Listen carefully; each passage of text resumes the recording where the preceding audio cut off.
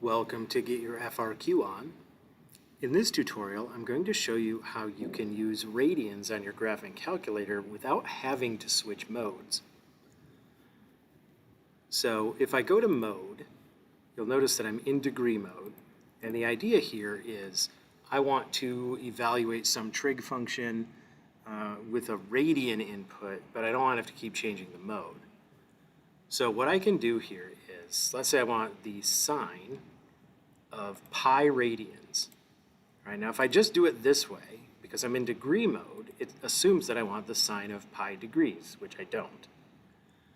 So one way around this is if I do sine, and then I go second pi, before I close this, I can go to second angle, which is right here. I'm sorry, that's the wrong one. I want this one.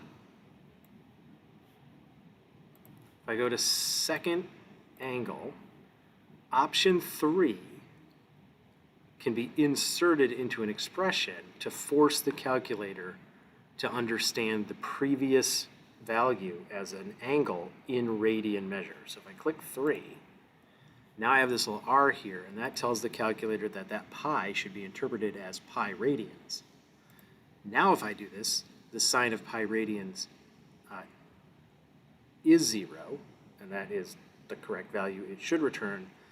So if I am doing a lot of work in degree mode and I just need one quick calculation in radian mode and I don't want to keep changing the mode, I can use the radian indicator found under the angle menu to do a quick calculation without changing my mode.